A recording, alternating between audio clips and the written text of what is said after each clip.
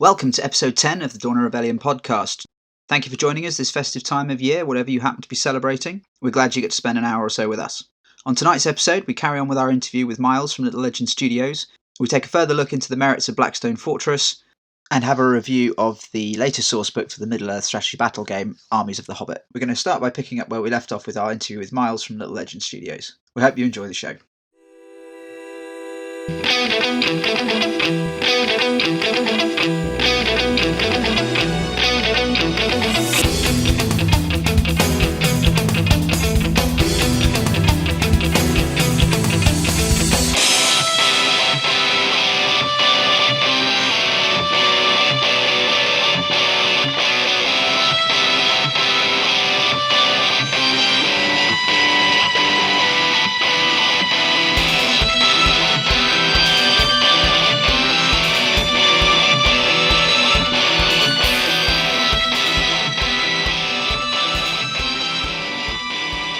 So 2019, Sanguinius. Anything else that you've kind of you're hoping is purely wild speculation at this point? Any other thoughts? For Blood Angels, I can see them releasing the much talked about Destroyer kit, something that has been talked about since last year. I think that we may be even able to buy them at the Weekender. Go on, I've missed this boat, as in like the Destroyer squad. Last year at the Weekender, we got a few details over what would be released for the Blood Angels, what would be their special units. Sanguinius was mentioned, a Destroyer unit that will become the basis of Destroyers going forward, so that troop type is being reworked, and the Blood Angels are the forerunners to this, and that will be one of their special units. It is too expensive at the moment. It's too expensive. Their equipment doesn't really reflect their Destroyer aspect. Apparently, you can upgrade equipment to make them more specialized at killing things, make them more specialized at killing psychers, for example, make them more used to killing infantry, so you can equip them in that manner. Another thing we may be seeing alongside it, and I don't think I quite heard this right when I believe Anoush was talking about it. Anoush is one of the rules writers for Forge World, is a sanguinary guard unit. Now this will either be a sanguinary priest, something like an apothecary unit, or the traditional gold armored boys with a nipple plate. I really hope that we do get to see some sanguinary guard, at least sanguinary upgrades. In an ideal world, if I was just wishing for things, I'd love to see the wings re-sculpted, reimagined, to have them a bit more like... have you ever seen Gundam Wing, the anime? A little bit, yeah. There's a Gundam suit on there called Wing Zero, and he has big angel wings on the suit that fully encompasses, and it creates somewhat of a shield.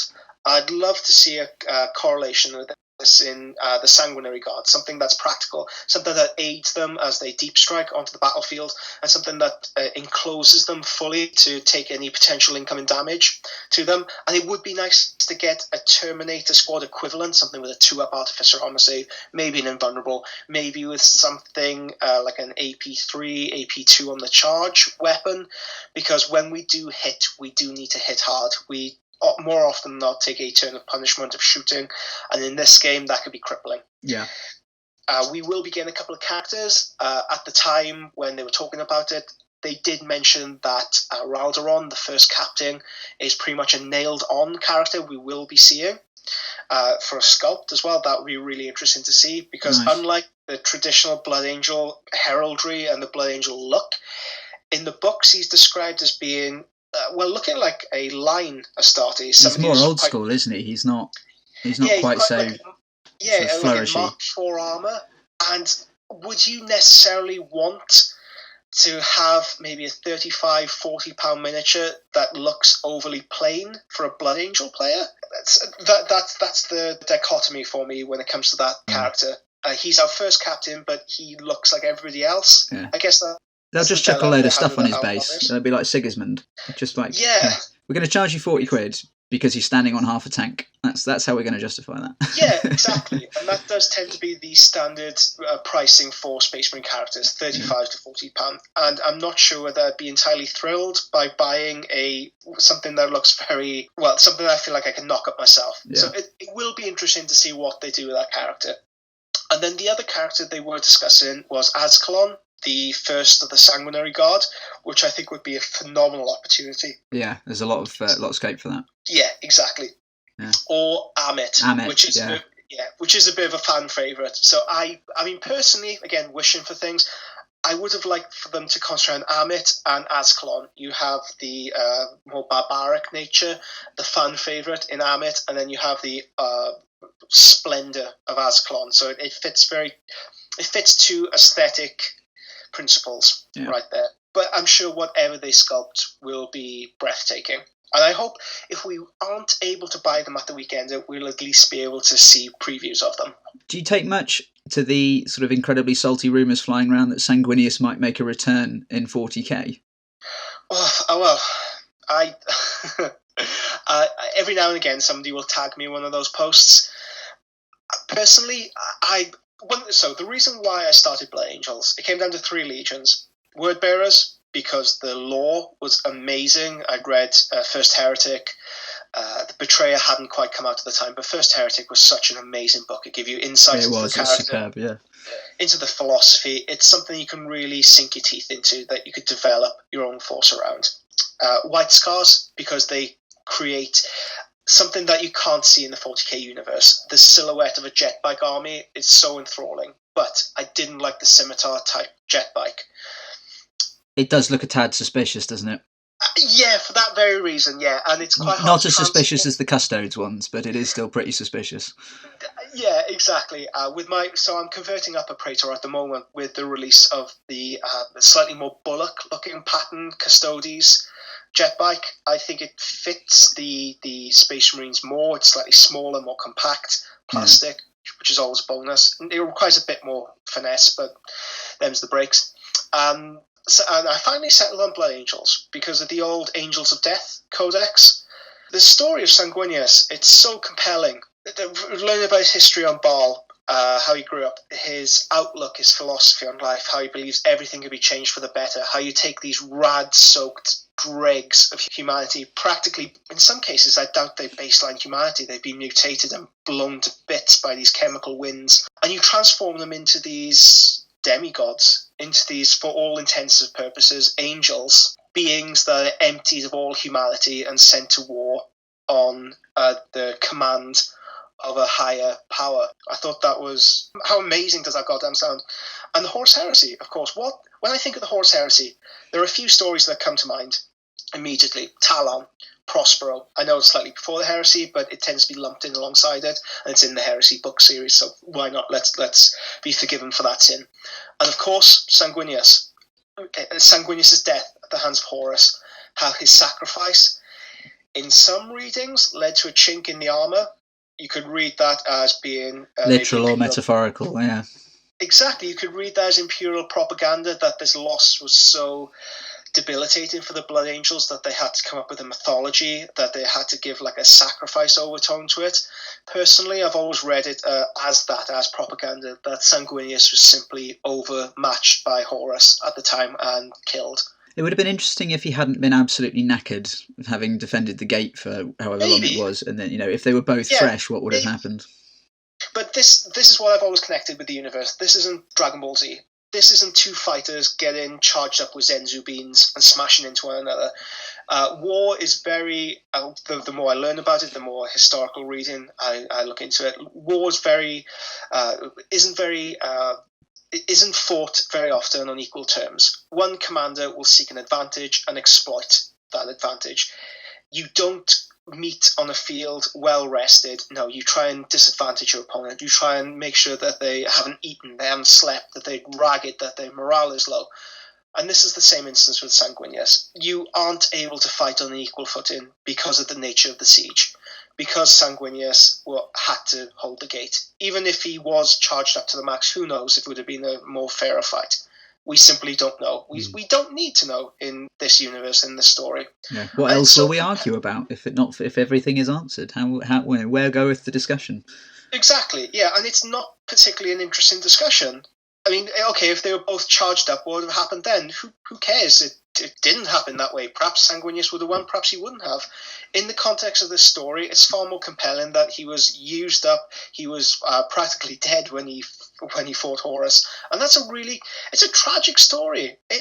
So a lot of people over the years, I don't mean to compare this to like classical tragedy like Hamlet, or especially, sorry, give me a moment while I remember this. God, what's the play where the old king is blinded? I have a master's degree. You're the English expert here, not me. It's not Hamlet, it's... King Lear? King Lear, right, yeah, sorry. Cut all that shit out, right, so it made me sound smart. King Lear. King Lear has had a fraught history throughout the ages of people being so distraught by that story. That last, spoiler alert, but that last scene where the blinded, deposed, destroyed king carrying the body of Cordelia's beloved daughter. It's such a destructive story. It's such a debilitating story. And people over the years have tried to rewrite that narrative. They've tried to make the ending less impactful, mollifying it in some instances, killing King Lear alongside Cordelia, making Cordelia wake up at the end. As human beings, we find it very hard to have a narrative end in that horrific manner. Sanguinius has echoes of that tragedy as a beautiful angel man who embodies the imperial will, this very vital, strong, dynamic character, how he is slaughtered mercilessly, and in some readings for no other good reasons. In some cases, he didn't put that chink in the Emperor's armor, he was just killed out of hand. That's very hard to take. It's very hard to leave that character as he is. I think if you brought Sanguinius back in the 40k universe, you undermine that narrative, that sense of sacrifice that Sanguinius and his character embody. And in effect, you're trying to reimagine of King Lear. Yeah, that's interesting. Yeah, I know what you mean about the idea of people don't like overly tragic endings. Have you seen Rogue One? Yes. Yeah, I remember. It's my favourite Star Wars film. I'm a huge Star Wars fan, but I remember watching it, going, "Hang on, they're all dead. What? What? Yeah. They're all. Why are they all dead? That's not fair. There's some of them. No, they're all dead. It's a tragedy. Yeah, and that's exactly right. It's not Star Wars. It's something different. Some of the better TV series do this as well. That you don't have a satisfactory ending at the end of each episode. So a lot of sitcoms you can get that. So Blue Bloods is one of these TV series made for syndication. You watch for an hour. A story is told. There's a resolution at the end. And that's it. You leave the story where it is. When it comes to things with King Lear, they not only entertain you, in quotation marks, but they stay with you. That kind of story has a transformative effect on you as a person. I think the best TV shows do that. They aren't wholly cohesive. They don't resolve everything, because how often in life do we get definitive closes? Definitive endings, and it can be frustrating for viewers. As a recent parent, I can certainly appreciate why you'd want a story told in an hour and just forget about it, because most of the time you're so tired, you're brain dead. Yeah. You don't want a transformative, debilitating experience. You just want to see pretty happy people doing something for an hour and leaving you with a good feeling at the end. But, have you ever watched The Shield? Yes, I have. Yeah. Have you seen the last episode of that? No, I haven't. I think I've only seen the first episode, actually, where he beats that guy with a phone book. Oh yeah, the pedo, yeah. Yeah, that is my all-time favourite show. But the very last episode of season 7, I'm not going to spoil it, but the brief for that episode was nobody wins, nobody dies. Oh, amazing! And you watch it going, they could do a season 8 as 9, 10, or whatever. They don't, because you know it's the end. But nobody's won, nobody's died, and it's a brilliant. It's frustrating because you're so used to having that closed book. Yeah. But at the same time, it was refreshing that it wasn't that, and yeah, it was. I still go back to it. It's season 3 is superb, absolutely brilliant. I'll go back and watch it. I'm looking for a good TV series. Yeah, get into The Shield. It's absolutely brilliant. Anyway, yeah, cool. All right. Well, thank you for your time. I'm conscious we've been at it for about an hour and a half now.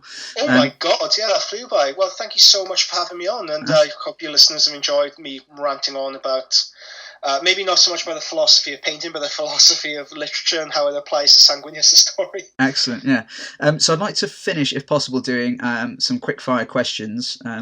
Regular listeners will be aware of this. I've got a D20 here. I'm going to roll it 5 times, and then I just want first answer, one-word answer from the 2 options I'm going to give you. Okay, so right, first one, 6. Dragon or ogre? Dragon. Good I'm Welsh. Of course. Dragon, Stupid question. Magic or the Force? Ooh, magic. Oh, convenient. Brush or airbrush? Brush. Lord of the Rings or Game of Thrones? Game of Thrones. Star Trek or Star Wars? Star Trek. Ooh. I've recently been watching it with my boy in the morning. It's one of those shows you can just kind of drift away with. Nothing. There are no big shocks, no big bangs. There are not. Yeah, Star Trek. Okay, right, that's a good one. Have you seen Discovery? Years ago, I've started to rewatch them. No, the new Star Trek. Oh yes, Discovery. I have. Yeah, completely opposite in tone. Yeah, yes, I was just thinking. Yeah, there's definitely flashes and bangs in that one. All right, cool, excellent. Well, thank you very much, Myles. And we appreciate you giving up your afternoon. But it'd be lovely to have you on at some point in the future. And do you want to give a shout out to where can listeners find your Patreon and all the rest of it?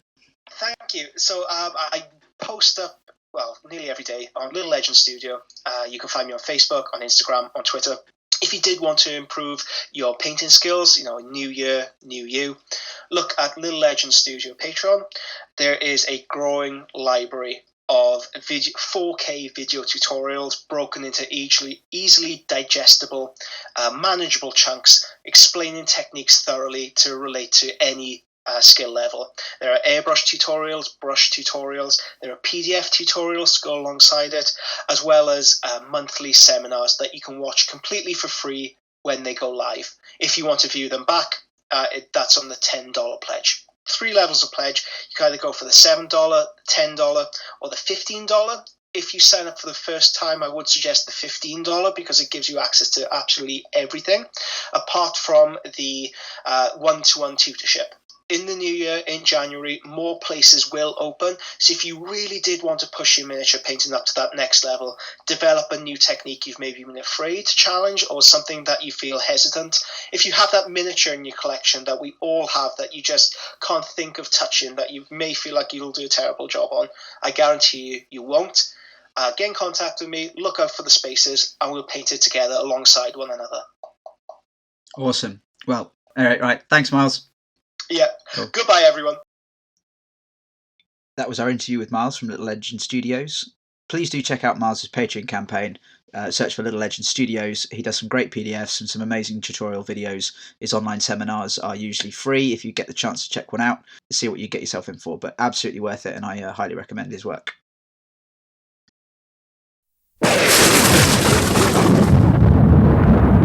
Latest work is almost complete. All I need is a bit more oil. Where's the known oil? Confounded Pusnigatron, where is the known oil? You have one job. Fine. To the alchemist's workshops. Do they have known oil? Yes, here it is. Excellent. I might pick up some other things whilst I'm here. Ooh, this looks interesting. Latest releases at bargain prices. This place is great, boss. So remember, Passnigatron, whenever you need hobby supplies, visit thealchemistsworkshops.com.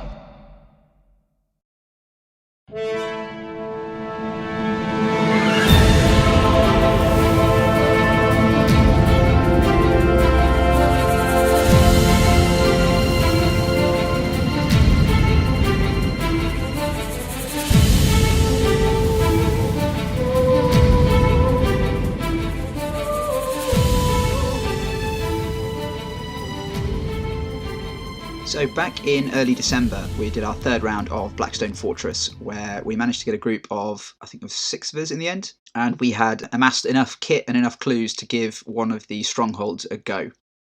So we sorted out our party. I had Pius Vaughn, my flamethrower, chainsaw-wielding Lady of Doom. We had the twins, Rain and Rouse, I think it is. We had the Man of Iron, Yanis Drake, the Eldar Sniper, which name temporarily escapes me, and we had Thaddeus, the Minister and Priest.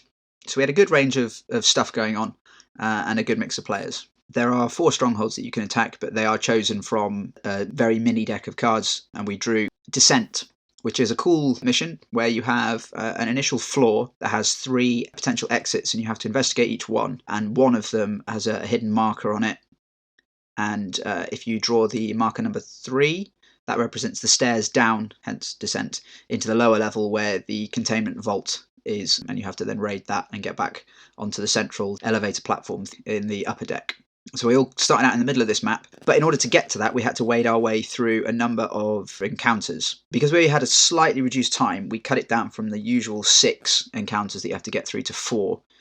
The first one we drew was Containment, which is a cool little game. It's a challenge encounter where you have to... The leader nominates a player who has the choice then of not doing the task or attempting the task and winning a piece of gear. You roll the 5 destiny dice, and you have to stack them into a tower that doesn't fall over, but they have to be in order from the bottom, facing up 1, 2, 3, 4, 5. And you've got 20 seconds to do that. So he had a go, failed spectacularly, and then as a penalty, he has to roll all 5, and every dice over a 4+ is a white wound, which is like a minor wound, and he had 2 of them.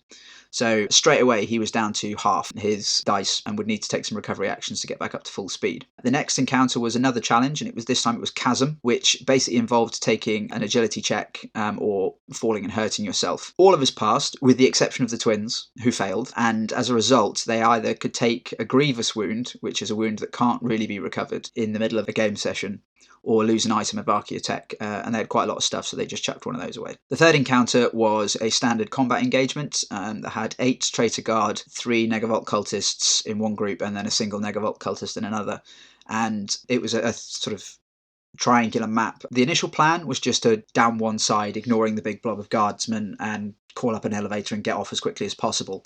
With these combat ones, you don't actually have to kill everything on the board to succeed, you just need to get off the board. So that was the original plan, but we brutalized the Negavolt cultists in short order, and their Traitor Guardsmen dropped to the point that there was only like 2 left, so we said, oh screw it, we'll clear them up and get their loot crate that they were guarding. So that was good. We all came out of that unscathed, and the twins had been able to recover their 2 wounds that they'd taken. Next, we had a final challenge card. I can't remember what that was, but it was relatively straightforward and didn't really affect us all that much. On the way up to the mission, we all became inspired, which is kind of like going sort of Super Saiyan. You flip your character card over and they have an improved stat line. Mostly it means that your attacks require 1 less dice to do. So the special attacks go from being 6+ to 5+. Usually you get a boost to your sort of attribute dice. So my defense dice as Pius Vaughn goes from the grey, which is rubbish. It's only got like 2 saves on a d6, to a purple dice, which is a d8 and has 4 save or 4 successes on it or something like that. So yeah, your character gets better. We had all had enough inspiration points to activate at the start of the turn, or had the relevant kit we needed to stay activated. So we were all running on extra at the start of the game, which turned out to be quite useful. When it got to the actual Descent mission itself, it was quite a daunting prospect. So, as I explained earlier, the map is split into these 2 levels. There's the upper level, where you have to search for the stairway down, and then the lower level, which has 2 portals and this sort of containment vault thing that you're trying to loot. Now, the enemy setup is on the 3 corners. You had the 2 rogue psychers in one corner, you had 4 Negavolt cultists in another, and then 4 Chaos Beastmen in the final one. Each of these potential enemies could have been horrific. Most enemies don't have a saving throw, but the Negavolt cultists do. If it's a guy on his own, it's 20 on a d20, but for every one that's in base to base or hex to hex, they add 2 to that. So when there's 4 of them, you're saving on 14, which, is still pretty good odds of, 70% chance of killing them, but it does make it a little bit more of a challenge. Anyway, because there were 6 of us, actually it was relatively straightforward. We purged that floor quite quickly, without suffering any ill effects particularly. Pious Vaughn was doing her flamethrower thing and hosing heretics and chaos deformities away. I think she butchered the Psychers. I think that was her thing. Fairly quickly, which was good because they have potential to be very, very nasty if you don't deal with them quickly. A few turned up in reinforcements. We had the Chaos Beastman turn up again. The Man of Iron, the robot with his assault cannon, murdered 3 with 1 round of shooting, which was pretty impressive. And then he lumbered his way up the stairs once we'd figured out which ones we needed to get to. And he held sort of sentinel at the top of the stairs. The lower deck has these 2 portals in the containment vault, again in a smaller triangle arrangement. So you emerge at the point of the triangle and the 2 portals are at the other corners with the vault thing in the middle at the back. And out of these groups come Chaos Space Marines with assorted traitor guard. Normally, a group loses a casualty. You roll a d20 for that group when it's their activation, and on a 1, 2, or a 3, a certain number of the people come back. Anything beyond that, they don't. With the Chaos Space Marine groups in this particular mission, they came back on a 10 or lower rather than a 3 or lower. So it was a slightly worrying prospect that these Chaos Space Marines, which are very good, they can be killed and they were relatively straightforward to kill, but they could really spoil your day. That every time we killed one, there was a 50% chance it would come back. So the first one turns up, and when reinforcements arrive, they can either move or shoot. So they turn up at the portal and then can do an attack, and it's based on the conditions that they find themselves in. So the Space Marine turns up but can't do anything because there's no one to shoot. Super Saiyan Pius runs up the stairs, sees the Space Marine and his assorted traitor guardsman, and I had 3 dice that I could use Cleansing Flame with. I didn't need them because in my first go of Cleansing Flames I took out the Chaos Space Marine and both of his accompanying traitor guardsmen with 1 attack, which was slightly anticlimactic in the sense that we were expecting the Space Marine to just ruin the party. But yeah, he got hosed, and that was very satisfying on my part. And that was a bit of a theme, really, because the only enemies that could really turn up with our reinforcement rolls were a block of 4 guardsmen on their own. We only had, I think, Space Marines appear on 3 occasions, and each occasion they came at the start of the initiative order, which meant that each of us had a go at killing him before he dropped down. And I don't think they ever actually shot at us, which was quite good. We did wonder whether doing it with 6, we were playing it on easy mode, because at no point did it look like it could all go pear-shaped for us. And we've had a chat afterwards and thought maybe we could house rule it that if we are going to play with 6, then we need to adjust the difficulty and maybe either increase the number of wounds that certain models have, or in that particular instance, rather than having them come back and under a 10, having them come back under a 15. But there we are. One of my favourite things that happened was our erstwhile leader, Yanis Drake, spent a lot of the time either hiding or running away, but when he did do stuff, he was very, very good at it, and it was quite funny sort of seeing how the player was how he was feeling in that particular moment, about whether he would send his leader on a glorious assault or hide in a corner. Most models have a special rule that you can do, or an environmental effect. The Eldar Ranger has a cloak that they can activate, which makes them difficult to target. Pious Vaughn can set fire to the ground, which is cool. It's a 4+ activation, and you can only do it once per turn, so you can't just set fire to everything. But you pick a hex and an adjacent hex that's in line of sight of Pious, and you put down these 2 little flame tokens, and anything that crosses that takes a damage roll. And I stuck it in front of a portal, and 4 guardsmen came out, and 2 of them died straight away because they just took crits off the fact that the corridor was on fire, so that was quite amusing. So, yeah, we managed to get to the vault. That was fine. We managed to secure the artifact, which was basically like a glorified battery. And what it allows us to do is if we draw an engagement card that we really don't want to do, we can discard the tech and basically recharge the maglev and skip that encounter and go on to the next one. So if we're on the way to another stronghold and we keep drawing combat cards, we can, but no, I'm not doing that one, which is good. I was kind of hoping for like a really, really cool toy, but as a group thing, that was quite positive. So yeah, we managed to recover that. We managed to get it out quite quickly. There was no huge dramas. By the time we'd finally made it down the stairs, the biggest issue we had was that the robot only has 3 activations, and when he's not in Super Saiyan mode, he only moves 1 square a turn.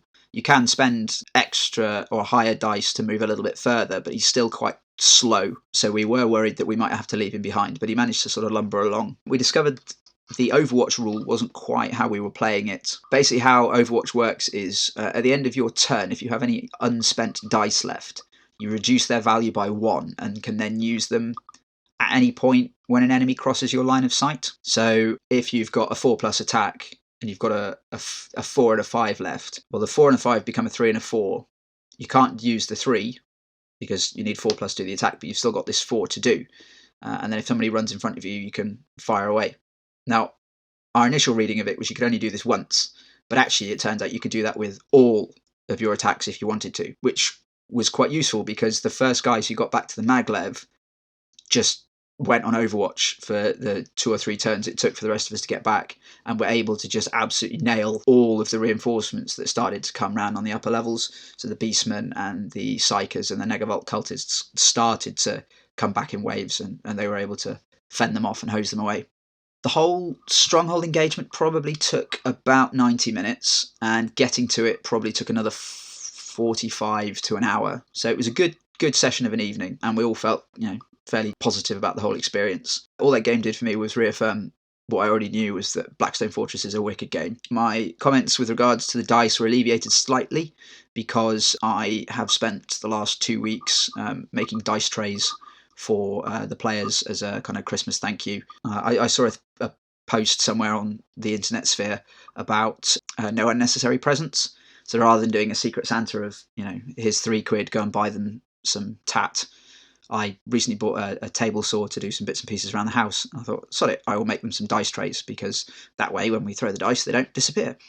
So, I made 4 of them, and apologised to the 5th player. I just didn't have time to get his done. And I decorated them with Lord of the Rings stuff, because that's the game that we play most of the time. So yeah, that was good. So the dice being light and little didn't really matter, because we were only throwing them in the trays, and so they didn't just disappear all across the hall. The other criticism I had about the playing cards not being standard sized, and so being difficult to sleeve, was an issue, especially when we had quite a lot of the initiative cards and we were shuffling them a lot. Over the course of an evening, we probably shuffled them 20-30 times. It's a new box and they're already starting to look a little bit tatty, and I'm not mucking about with them. I'm shuffling them sensibly, but they are starting to get a little bit dog-eared. So what I've done is I've got some trading card sleeves, and especially the little initiative cards, rotate them 90 degrees and slot them in. They fit perfectly if you then cut it in half. So the excess sleeve you have to discard because it's open at 2 ends, but actually the bottom half is now the perfect size for my initiative cards. So I bought a new toolbox to sort all the bits and pieces out, and I sleeved the resource cards, and because they are standard card size, and I sleeved the initiative cards, which now fit in their little mini ones. So I'm hoping that will make sure that they last a little bit longer. But yeah, still very happy with it. I'm going to look forward to painting them over the course of the next few months. I'm in no great rush to do it, chiefly because I've got another baby on the way. He's due at the end of January, so I'm going to be taking a few months off of hobbying, so there's no great rush to get it done. So yes, Blackstone Fortress, definitely worth picking up. Very, very, very, very good game, and it'll be interesting to see where they go with it next. On that point, I would imagine the next expansion is going to be a new assortment of heroes. If you look at what they did with Warhammer Quest, they just expanded hero cards for models that already existed. I don't know whether they'll do that, because all of the models in the game were new and are all sort of non-standard units. So there's no Loyalist Space Marine in there or Imperial Guardsman. They're all eclectic and esoteric. I reckon they'll definitely be bringing in some new adventurers soon. I reckon we'll see a squat at some point. They chucked one into Necromunda. I could easily see them shoehorning one into Blackstone Fortress. I reckon we will get maybe a Black Shield Space Marine. Dishonored Space Marine, not traitor Space Marine, but one of these ones who's become a kind of lone wolf type. I reckon we might get an Eldar Psyker. I'm just kind of mentally going through the list. We don't have any Tyranids, so we could have perhaps a Gene Stealer infestation as another expansion pack of enemies. That could work. But yeah, there's loads and loads of scope for this, and it'll be interesting to see what they come up with.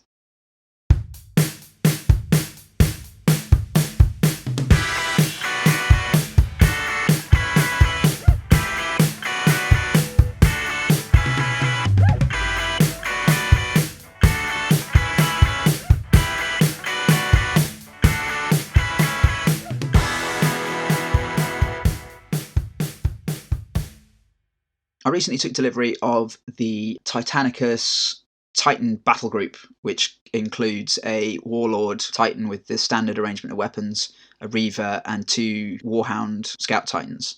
It retails for £100 from Games Workshop. Got it for £80 from Alchemist Workshop, which was a fantastic deal. The set already at Games Workshop prices gives you the Warhound Titans for free. They sell a Warlord for 65, I think it is, and the Reaver is 35. So yeah, for £100 you get the Scout Titans for free. But if you get it from Alchemist Workshops, you get most of the Reaver for free as well. So I considered that a very good deal.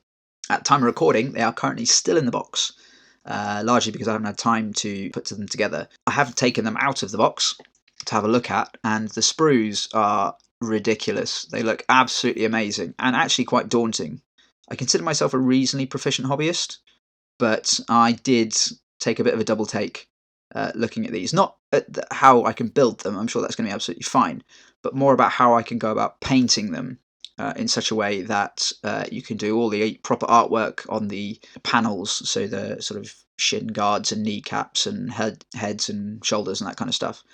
Now, I know it can all be detached and you're supposed to kind of build it in sub-assemblies, but trying to wrap my head around how do I go about doing that for the different models is going to be interesting. So yeah, if you've got any suggestions, I'd much appreciate that. I've also ordered some magnets because I'm going to need to be magnetizing things. I can't imagine why I would need more than one Warlord in my list. They seem to be fairly expensive rules-wise and financially, of course, and they are going to be releasing upgrade kits for the different weapon sprues. We've already seen the plasma cannon and power fist variant. That's up for sale at the moment. They have told us that that's going to be an upgrade kit, so you just buy the sprue rather than having to buy a whole new Warlord. But yeah, bar a couple of packs of Knights, which I don't mind splashing out on, I don't really think I'll be buying any more actual Titans, which makes me glad that I didn't actually get a copy of the Grandmaster Edition. I was super hyped for Titanicus. I was at the Weekender when it was announced. If you've listened to the earlier podcast interview with Chris, who did get a copy on that, you'll know my thoughts on it. And yeah, the Grandmaster Edition, which you can't buy anymore, it sold out pretty quickly, had 2 Warlords and 6 Knights, and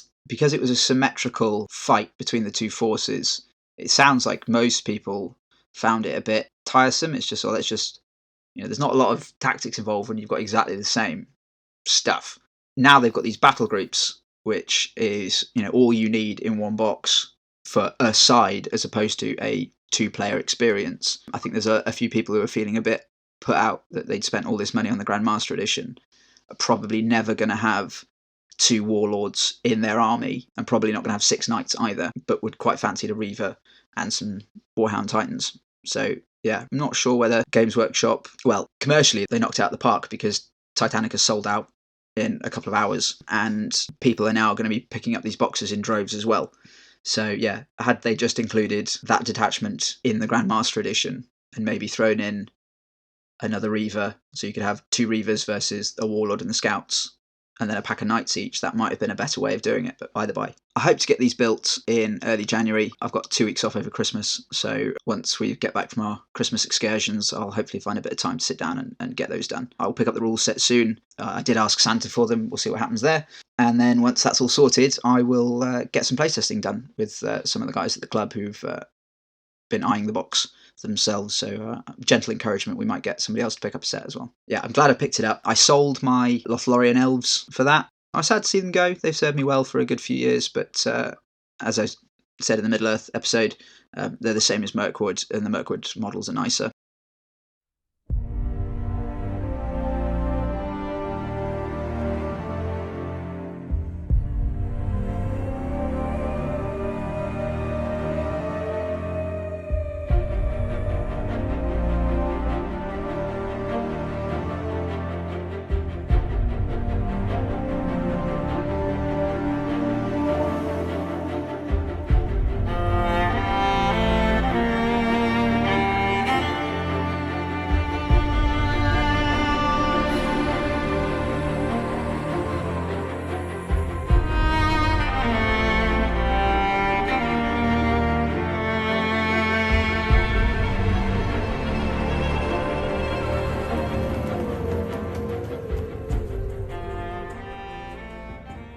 Now I'd like to do a quick review of the Middle-earth strategy battle game's latest sourcebook, Armies of the Hobbit.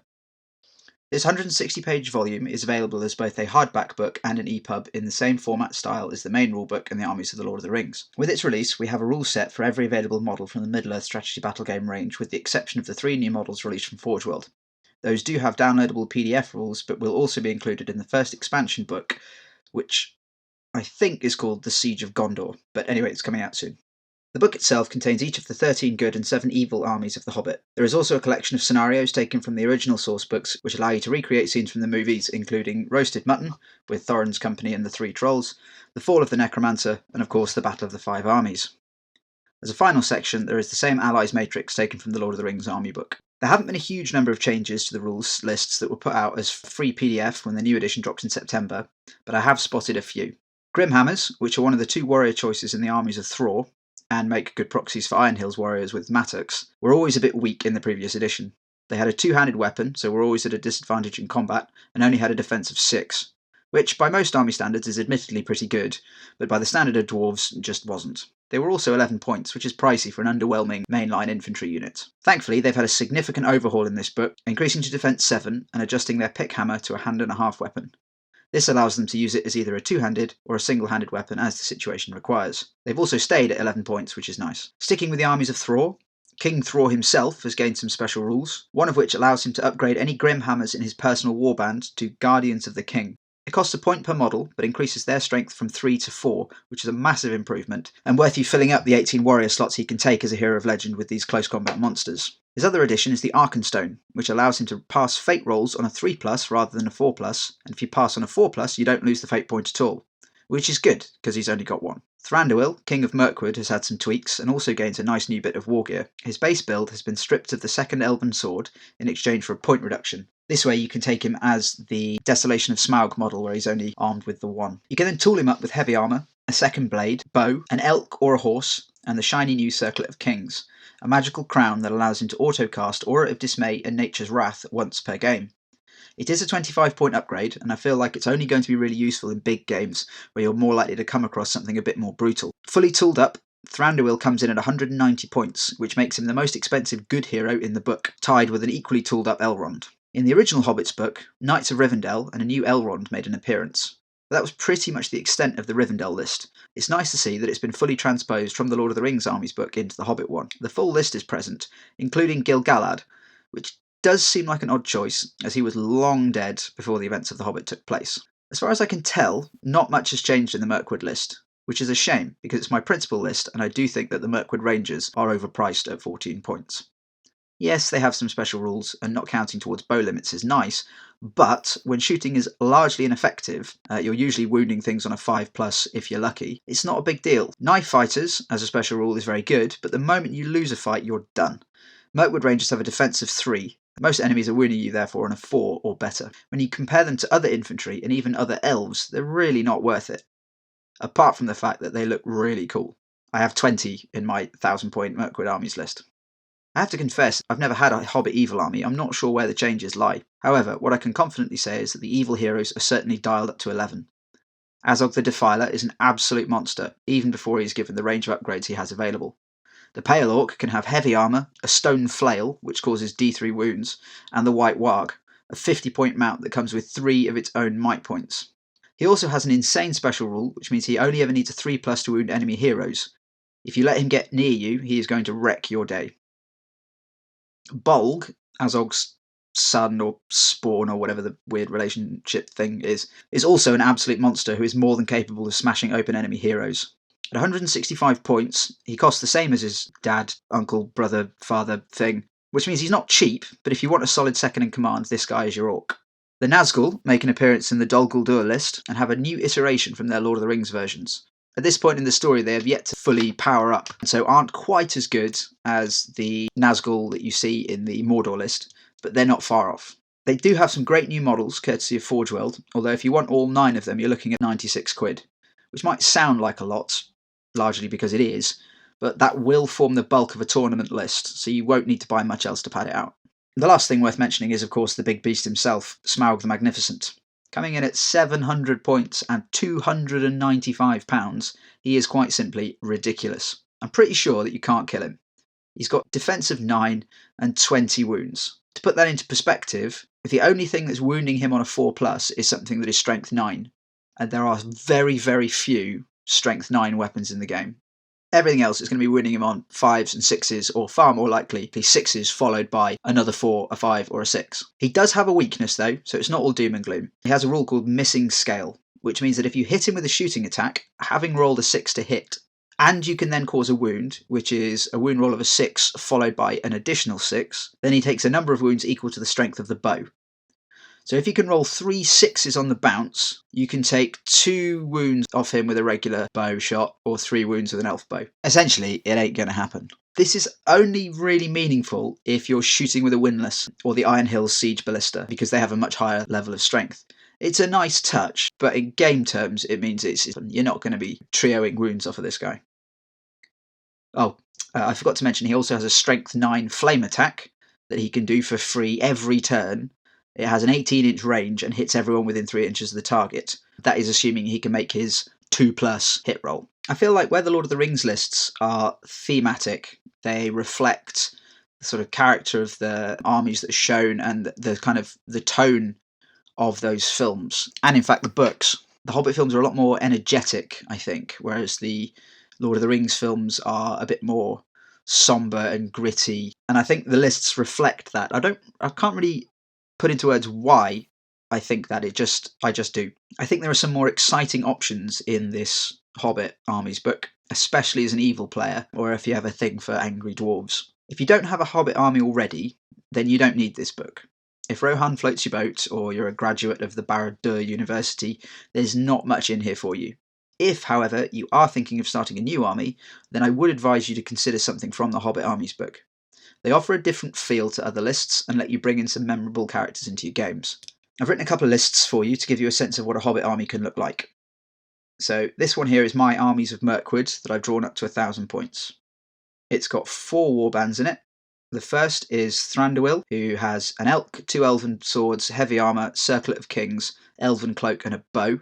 So properly tooled up. I've got the Forge World model for that, and it's absolutely superb. Quite overpriced because a lot of that resin is the scenic base, but there we go. And he's supported by 4 palace guards with spears, 2 palace guard with spears and shields, and 4 palace guards with elven swords and shields. So a nice little mix of supporting units. Palace guards also have some nice buffs when they're fighting within close range of Thranduil. Warband 2 has Legolas with an elven cloak and 10 Mirkwood Rangers. Warband 3 has Tauriel with an elf bow and 10 more Mirkwood Rangers. Warband 4 contains a Mirkwood captain, 4 Mirkwood warriors with elven made hand and a half swords and shields, 4 Mirkwood warriors with elven glaives, and 4 Mirkwood warriors with bows. And that all comes together at 1,000 points, pretty much on the nose.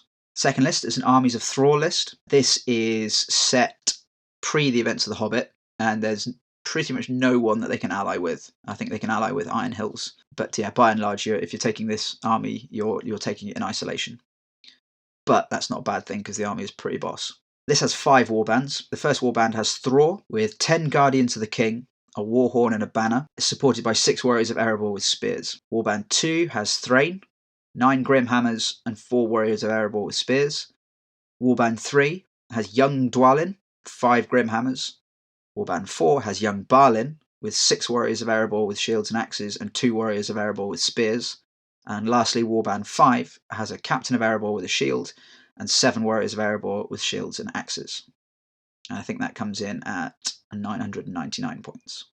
Now, if you want to do something a bit more set-piecey, I have a Battle of the 5 Armies list, again at 1,000 points, which is a combined Thranduil's Halls and Erebor Reclaimed list. Warband 1 has Thranduil with an elk, 2 elven swords, heavy armour, circlet of kings and an elven cloak, supported by 4 palace guards with spears and 4 palace guards with elven blades and shields.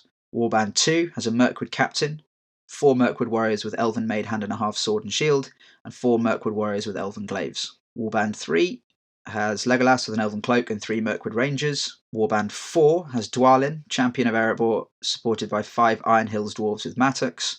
Warband 5 has Balin, champion of Erebor, 5 Iron Hills dwarves with mattocks. And Warband 6 has Oin, champion of Erebor, and 5 more Iron Hills dwarves with mattocks. The idea behind this list is to give you the kind of tactical flexibility that you get with the elves, mixed in with a really solid core of Iron Hills dwarves. I wouldn't bother buying the Iron Hills dwarves with mattocks from Forge World, because as pretty as they are almost indistinguishable from the Grimhammer kit. Mattock has exactly the same rules as Pickhammer. They look pretty much the same, and bar like a slightly different shaped helmet, the models themselves are pretty much identical. So save yourself a lot of money, buy a pack of 24 Grimhammers for 30 quid, rather than buying a load of Mattock wielding Iron Hills dwarves at £18 for 3. So there we are. Overall, the Hobbit Armies book is a good book and a good addition to the Middle-earth strategy battle game. It was definitely needed because the Hobbit trilogy armies were a valuable addition to the game that a lot of people invested in and a lot of people wanted to see on launch day. And it was good of Games Workshop to put out that PDF with the updated rules, including army bonuses and allies matrix and stuff like that. But it was also good of them to actually go through and make adjustments in the new rulebook rather than just printing out that PDF as a hard copy and going, well, there you go. If you've got a list of your own, either from the Hobbit Armies book or from the Lord of the Rings Armies book that you'd like me to look over, reflect on, evaluate, talk about on the show, please send it in via some of the various social media links. Likewise, we'd love to see some of your pictures of your armies, and if you want to send in things like battle reports or whatever you come up with, it'd be great to hear from you.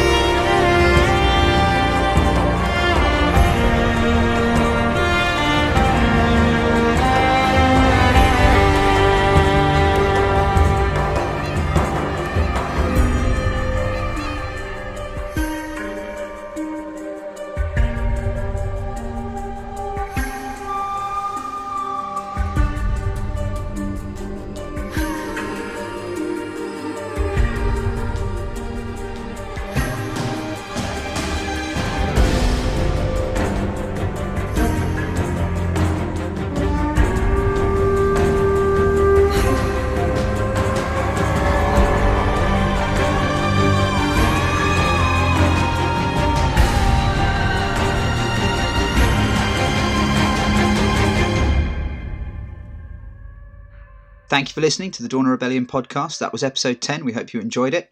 We'll be back in the new year with lots going on, talking about latest releases, thoughts, feelings, the usual stuff. Thank you for joining us in 2018, and we look forward to bringing you more hobby stuff in 2019. All the best. Take care.